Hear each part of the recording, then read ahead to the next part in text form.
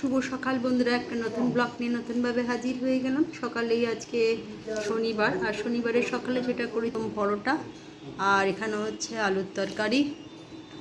শুভ সকালের অনেক অনেক শুভেচ্ছা।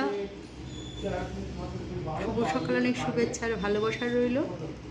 শনিবার মানেই পড়ানো আছে প্রচুর, আর তার সাথে সব কিছুই আছে। আজকে চন্দননগরের ভাসান, তো কোনোবারেই আমি যাই না ভাসান, তো আমাদের এখানেও সকালে যে ঠাকুরটা আছে সেটাও 11টার পর আশা করি ভাসান হয়ে যাওয়ার কথা। তো চলুন, পরে আবার রান্নাবান্না কী কী বাজার করে এনেছি, পরে এসে বাজার করলাম, দেখাবো বাজারে কী কী করেছি। অনেক কিছু বাজার করেছি, নতুন নতুন সবজি, ফুলকপি, কী বলে, বেগুন, বাঁধাকপি, পেঁয়াজকালি সবই নিয়ে এসেছি টুকটাক করে। তো চলুন আগে জলখাবারটা হয়ে যাক, তারপরে দুপুরে লাঞ্চ নিয়ে বাবাই গরমের মধ্যে সব কিছু করতে হচ্ছে, কিছু করার নেই। তো যেটা হচ্ছে ভাত করেছি, এখানে পেঁয়াজকালি ভাজা আলু দিয়ে, আর এটা হচ্ছে পোস্ত, দই মাছ, চাটনি তেঁতুলের, আর হচ্ছে কি বলে আলু দিয়ে টমেটো দিয়ে মুসুর ডাল, আর একটা হচ্ছে পোস্তর বড়া আমার হাজব্যান্ডের। তো চলুন, শুভ দুপুরের অনেক শুভেচ্ছা।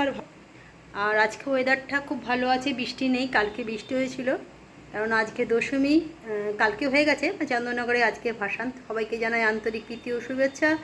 সামনে কার্তিক পুজো, পরপর এটা হলেই শেষ। তো চলুন দুপুরে লাঞ্চগুলো সব ওদের খাবার দিয়ে দিই, পরে চলে এলাম।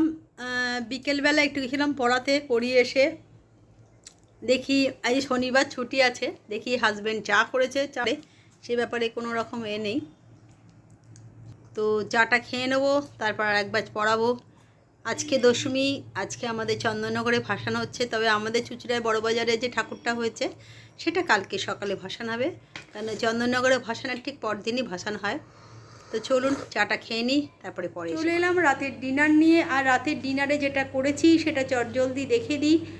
আর যেটা বললাম যে সামনে পরীক্ষা এসে যাচ্ছে প্রত্যেক বাংলা মিডিয়ামের 3 তারিখ থেকে, মানে এই নভেম্বরের 3 তারিখ না, ডিসেম্বরের 3 তারিখ থেকে শুরু হচ্ছে। তার মধ্যে এই কদিন একটু একটা মাস ওরা পাচ্ছে পড়াশোনা করার জন্য।